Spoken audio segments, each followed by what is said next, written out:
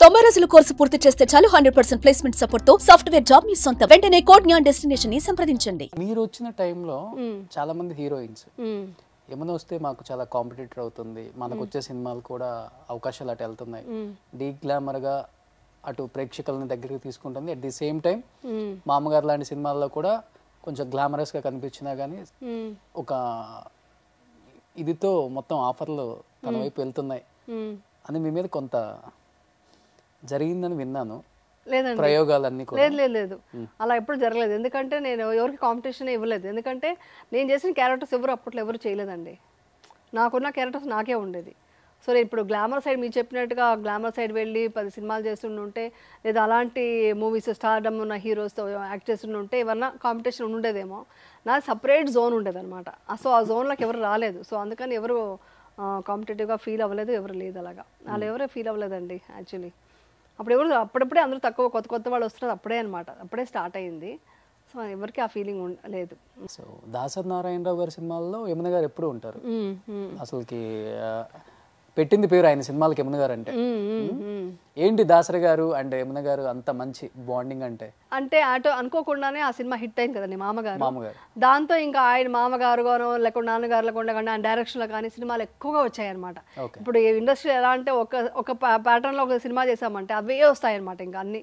So ఇప్పుడు నాగమ్మ చేశాను, తర్వాత అన్ని స్నేక్ సబ్జెక్ట్లే వచ్చాయన్నమాట. సో అలాగా ఆయనతో ఎప్పుడైతే ఆ సినిమా పెద్ద హిట్ కదా మామగారు, దాంతో ఇంకా అందరూ అయ్యో దాసరి గారు కాంబినేషన్లో బాగుంటుంది యమున గారు అయితే బాగుంటారు అనేసి అలా చేయడం జరిగింది. సో అదనమాట.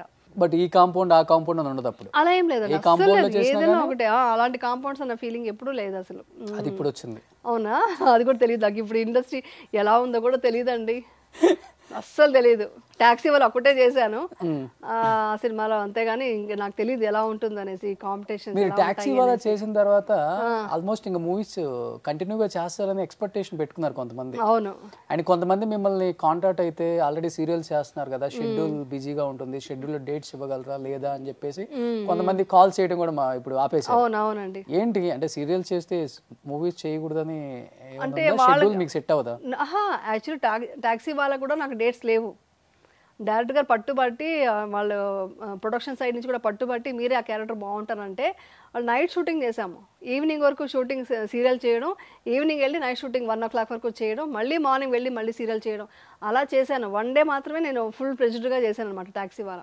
అలా అందరూ కోఆపరేట్ చేయరు కదండి. ఇప్పుడు నేను అలాగనుకో నేను ఇప్పుడు సినిమా కోసం సీరియల్ వదులుకోవాలనుకోండి, నాకు ఇప్పుడున్న ఒక ఇది ఉంది కదా, ఇంట్రెస్ట్ ఉంది కదా, నాకు సీరియల్స్ యాక్ట్ చేసినప్పుడు చాలా ఇంట్రెస్టింగ్గా ఉంటుంది, మెయిన్ నాదే కీ రోల్ ఉంటుంది. సో అలా ఉండేటప్పుడు ఇది వదులుకొని ఇప్పుడు సినిమా కోసం వెళ్ళడం ఎందుకని నేను కూడా సీరియల్స్లో కంటిన్యూ అవుతున్నాను. నాకు వెరీ కంఫర్టబుల్ ఇన్ సీరియల్స్. ఇప్పుడు ఒకే చోటు ఉంటుంది, ఒక ఫ్యామిలీలా కలిసిపోతాము. సో సరదాగా షూటింగ్ జరుగుతుంది. చూద్దాం ఫ్యూచర్లో. బట్ ఇప్పుడున్న హీరోస్తో అమ్మ రోల్ అయితే మీరు ఓకేనా, లేకపోతే అక్క ఇలాంటివి ఓకేనా? లేదండి, అమ్మాయి నాకు ఓకే.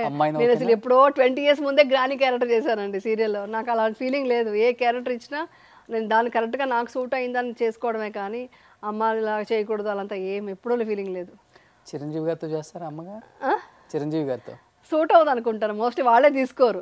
నేను ఏ క్యారెక్టర్ చేస్తాను కదా, అమ్మమ్మగా చేయమంటారా చేస్తాను. అంటే మీరు కొంచెం సన్నగా అయ్యారు కదా మరి. అంటే ఇప్పుడు అంత అమ్మలు అందరూ కూడా బాగా స్టైలిష్ అమ్మలే కదా. అవును అవును, అదేం ప్రాబ్లం. అప్పుడు పోయి నీ పాత రోజుల్లో బయట ఏంట్రా అదంతా ఏం లేదు. ఇప్పుడు ఎంత అందంగా ఉంటే అంత అందమైన అమ్మ. అవును, హీరో కన్నా అందంగా ఉండాలి అమ్మ కూడా. అవును. మీరు మహేష్ బాబుకి అమ్మగా అయితే సెట్ అవుతాను కదా, నాకు కూడా చేయాలని ఉంటుంది. చాలా అనుకుంటుంటాను చూసినప్పుడు, అరే ఈ క్యారెక్టర్ నాకు ఇచ్చుంటే బాగుంటుంది అని అనుకుంటాను. వాళ్ళకి ఎవరికి థాట్ రాలేదు, నాకు ఇక్కడ బిజీ కాబట్టి నా మైండ్లో కూడా ఏమీ రాలేదు. బట్ నాకు మూవీస్ మిస్ అయ్యిందని ఫీలింగ్ ఉంది. మంచి క్యారెక్టర్స్ మిస్ అవుతున్నాయి, చేస్తుంటే బాగుండేది కదా, అది కూడా ఒక ఇది వెళ్ళుండొచ్చు అని మాత్రం అనిపించేది. అవును. బట్ ఇది వదులుకొని వెళ్ళేంత ఇది నాకు ఇష్టం అవ్వట్లేదు. సో యమున గారు ఆల్మోస్ట్ రియల్ లైఫ్లో ఉన్నాయి కదా, ఇప్పుడు రియల్ లైఫ్లో పెడుతున్నారు క్యారెక్టర్స్ మీకు? లేదండి, అలా చంపడాలంతా ఏం చేయలేదండి. ఫైర్ బ్రాండ్ అని చెప్పారు అంతవరకు. చంపడాలు అంతవరకు ఎలా వెళ్తామండి. కానీ ఒకటి లొకేషన్ ఎవరైనా ఇబ్బంది అవుతే మాత్రం ఒక అమ్మాయి ఎవరైనా టీచ్ చేశారనుకోండి, వెళ్ళి నిలబడతాను, అసలు ఒప్పుకోను. నా లొకేషన్లో చాలా డీసెంట్గా మాట్లాడాలి, అదొకటి మెయింటైన్ చేస్తాను. సినిమా ఇండస్ట్రీ ఎలా ఉందో నాకు తెలియదు కానీ మా సీరియల్స్ విషయంలో ప్రొఫెషనల్గా ఉండాలి, డిసిప్లిన్గా ఉండాలి, తర్వాత ఏదంటే అది మాట్లాడకూడదు. అది నేను మెయింటైన్ చేస్తాను కాబట్టి అందరూ చాలా జాగ్రత్తగా ఉంటారు. ఇది మాత్రం ఉంది. అది నేను ఎవరికి చెప్పలేదు ఇంతవరకు. పవర్ స్టార్ పవన్ కళ్యాణ్ గారి లాగా. అవునా? ఆయన అలాగే చూస్తుంటారా? ఇంకా నాకు ఏదంటే అది మాట్లాడడం, సిల్లీగా ఒకరు టీచ్ చేయడం, ఒక అమ్మాయిని హర్ట్ చేయడం.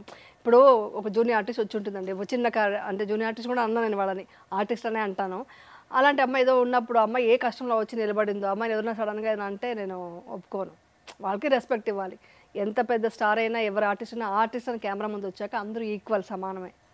ఈవెన్ టెక్నీషియన్స్ కూడా అంతే, సమానంగా చూస్తాను. ఈవెన్ మా ఇంట్లో కూడా మా పిల్లలు కూడా డ్రైవర్ కూడా అన్నయ్య అని పిలుస్తారు, వాళ్ళ అసిస్టెంట్ని కూడా అన్నయ్య, పెద్దవాళ్ళు అయితే అంకల్ అని ఇలాగే పిలిపిస్తాను. అది చాలా డిసిప్లిన్గా ఉండడం ఎవరికి చాలా ఇష్టం నాకు. అది ఆ క్వాలిటీని మాత్రం ఎప్పటికీ వదులుకోను. సో అలాంటప్పుడు ఏదన్నా జరిగిందంటే నేను నిలబడతాను, మాట్లాడేస్తాను, ఇంక వదలను.